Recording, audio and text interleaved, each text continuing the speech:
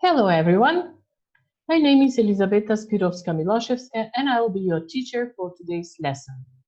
And the lesson is about education and different kinds of students.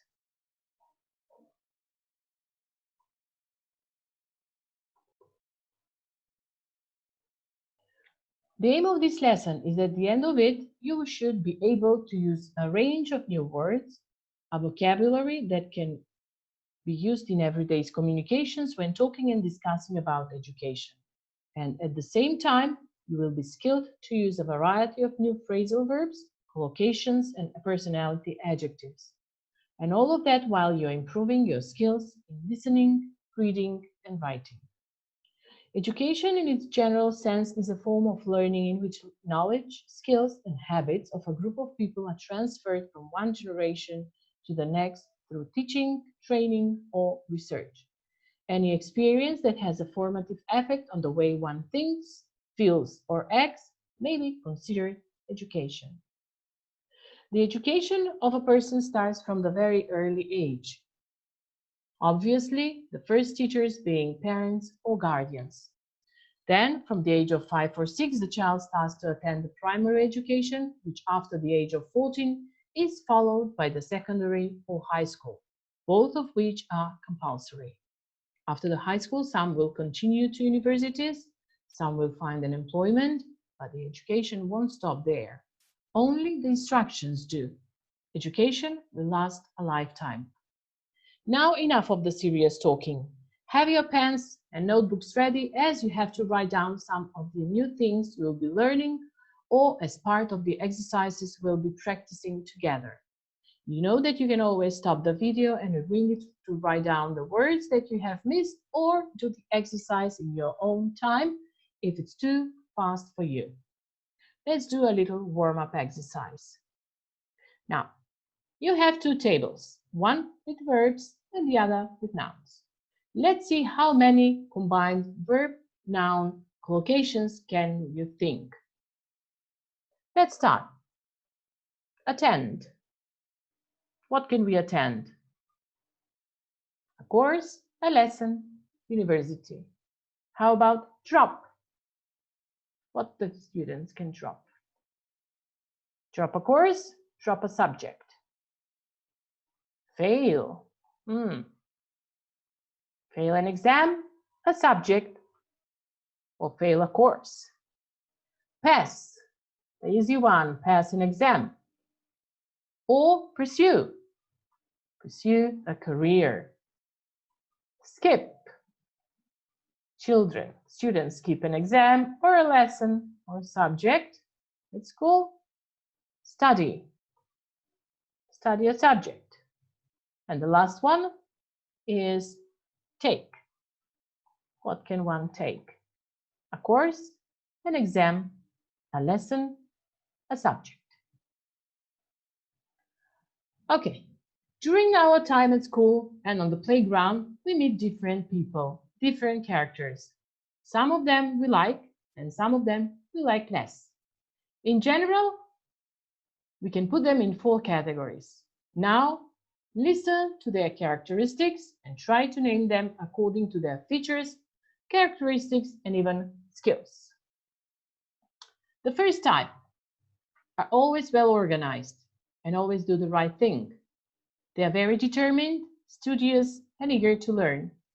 They always get the good marks as they always pay attention in the class and never fall behind and always look forward to reach their goals in their studies.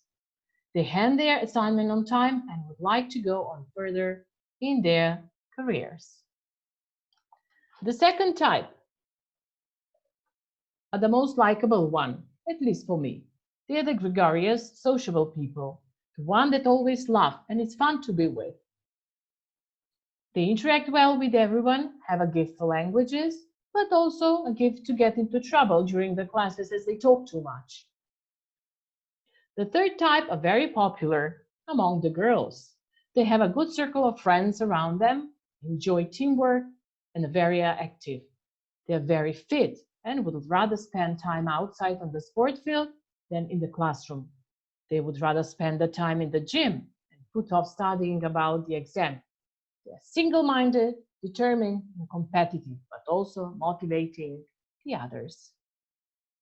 And the last category are students who are naturally born bright. They are so curious about everything and soak up knowledge like sponges.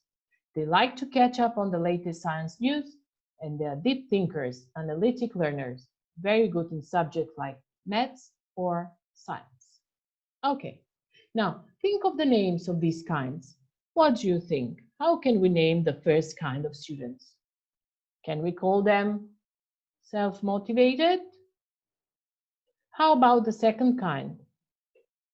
We call them sociable kind of people. How about the third one, the active one? They are the sporty kind. And the last type, the one that are not always very popular because they are know-it-all, we call them the brainy kind of students. Now, let's do another exercise and see which phrasal words or verbs we used in describing the kinds of students.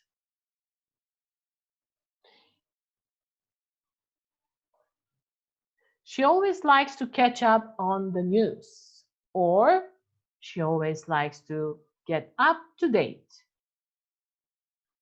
Why do you fall behind with your homework? Or why do you make less progress in your homework? Megan will go on further in her studies, or Megan will continue her further studies.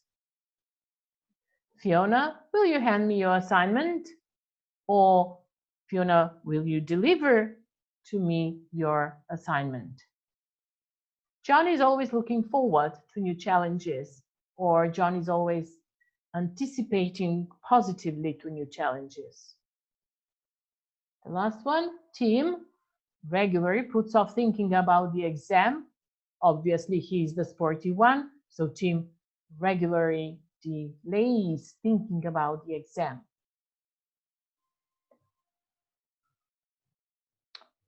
In describing the kinds of students, we use some collocations as well. But let's refresh our memory of the meaning of the word collocation.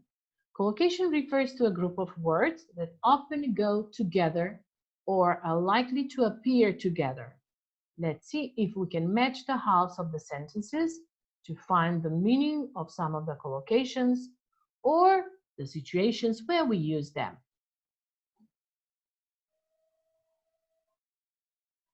To become a deep thinker,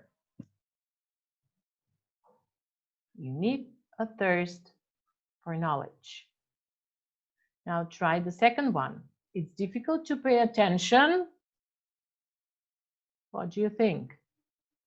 In class just before lunch, of course, you can't think well if you're hungry. The third one, if you don't reach your educational goals, it doesn't matter. Students who have gift for drama should attend a special drama school. Children soak up knowledge like sponges. It's important to have a supportive what? A circle of friends at school. And most teenagers aren't very eager to what? To learn, of course, as they find lessons boring. The last exercise for this lesson is about the personality adjectives. These are words and phrases that describe us, define us, who we are, what kind of people we are. They are characteristics of people that we meet and will meet in our lives. Here are some. Try to think about other words, synonyms that are similar or the same in the meaning as the underlined adjectives. Let's see the first sentence. Tom is very hardworking. He's always studying in the library. The second, John has a logical way of thinking. He likes problem solving. Next, Anna is a sociable person. She loves good party. She's a party girl.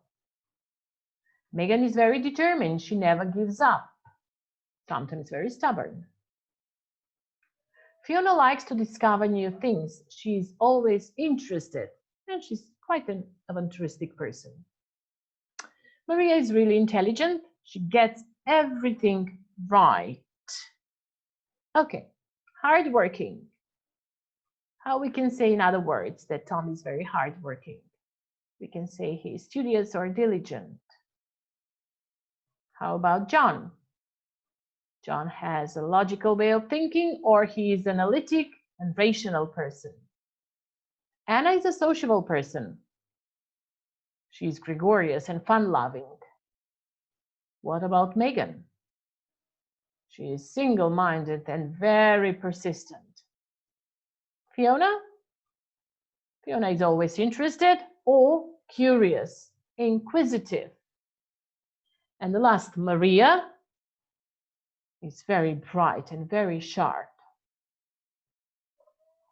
Okay, dear students, education is the most important tool you can receive that can bring you most success in society today. It lessens the challenges you will face in life. The more knowledge you gain, the more opportunity will open up to allow you to achieve better possibilities in career and in your personal growth. So, carpe diem, or in other words, seize the day. Thank you very much for your attention, and I hope you enjoyed the class. Ku kubre me беше mame?